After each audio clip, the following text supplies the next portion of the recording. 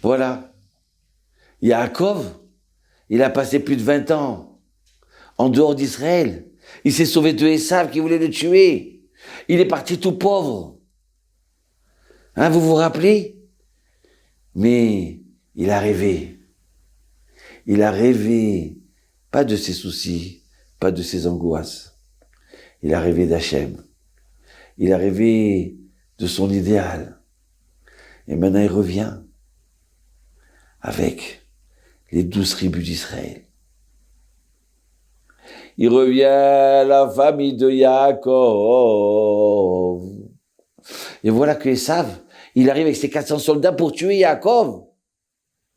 Et d'un seul coup, il voit, il lui dit à Yaakov, mais qui c'est cela? Et maintenant, la famille de Léa, avec ses enfants, il s'approche, il se prosterne devant Esav. Après, il y a marqué que c'est Rachel. Non, Yosef, il s'est mis devant Rachel pour pas que Esav, il mette ses yeux sur Rachel et se prosterne devant eux. Je dis, mais c'est quoi ça? C'est la famille. À ce moment-là, Yaakov, ils font. Qu'est-ce que j'ai construit? Je viens avec 400 généraux et des milliers de soldats, des centaines de milliers de soldats. Et je vois Yaakov. Il a construit une famille. Rachel, Léa, Bila et Zilpa. Et Shetraïl, Mimsa. Oui, le vendredi soir, on chante. Qui c'est la femme vertueuse? Qui c'est qui a construit la famille de Yaakov? Si c'est pas Rachel, si c'est pas Léa. Rachel, elle vient et dit à Yaakov, Yaakov, je veux des enfants. Chacun rêvait de construire les 12 tribus d'Israël. Léa, elle a un premier enfant, qu'est-ce qu'il dit? On va l'appeler Réhouven. Regardez mon fils. Aucun rapport avec le fils de mon beau-père Yitzhak, qui s'appelle Esav. Réhouven, regardez mon fils. Lui aussi, il va perdre son droit d'aînesse. Mais il va pas être jaloux. Regardez Yehuda. Pourquoi? Vous savez, ils l'ont pas appelé John. Ils l'ont pas appelé, d'accord, Alberto. Il l'a appelé Yehuda. C'est les femmes qui ont donné le prénom à leurs enfants.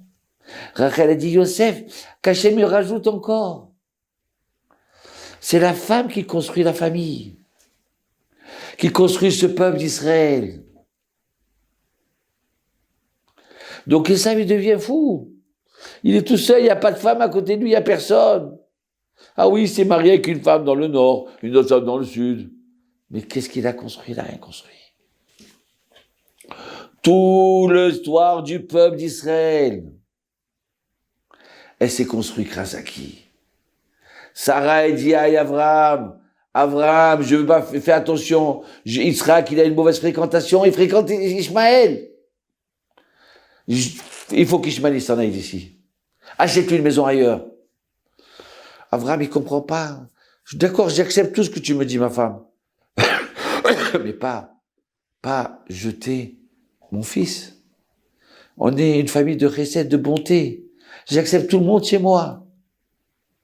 Et Dieu lui dit, Abraham, écoute ce que te dit Sarah. Rivka, pareil. Rivka, elle voit que c'est Yaakov le tzaddik. Yaakov qui est lui l'enfant pur. Hana, elle pleure pour avoir Shmuel. Shlomo Améler, un jour, il a construit le temple. Il s'est pas réveillé. Elle est venue sa mère.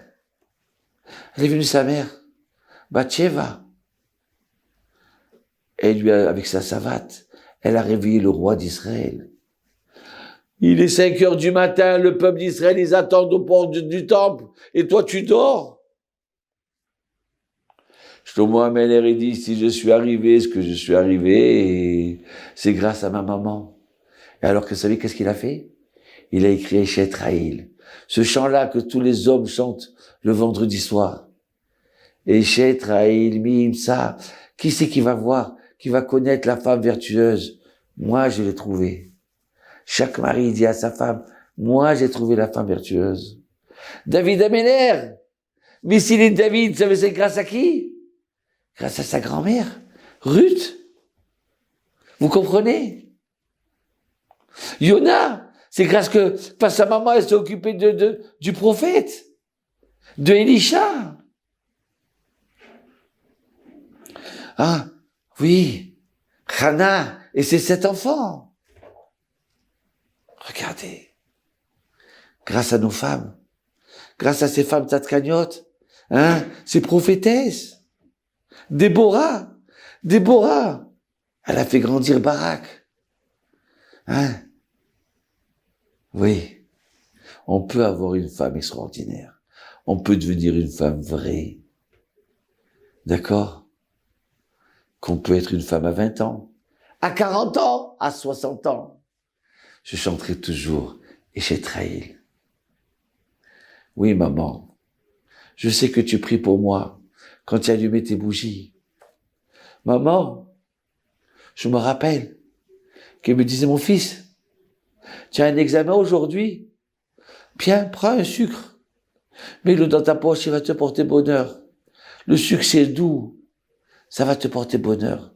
Ça va te donner la douceur sur toi. Le professeur, il va voir la douceur sur toi. Et t'inquiète pas, mon fils. Tu vas partir pour l'examen. Je vais t'allumer une bougie. Je vais prier pour toi. Tu vas réussir à l'examen. Oui, maman. Eshet Raïl, Mimsa. Oui. C'est une belle famille juive. C'est grâce à notre maman juive. Toda. Toda, maman.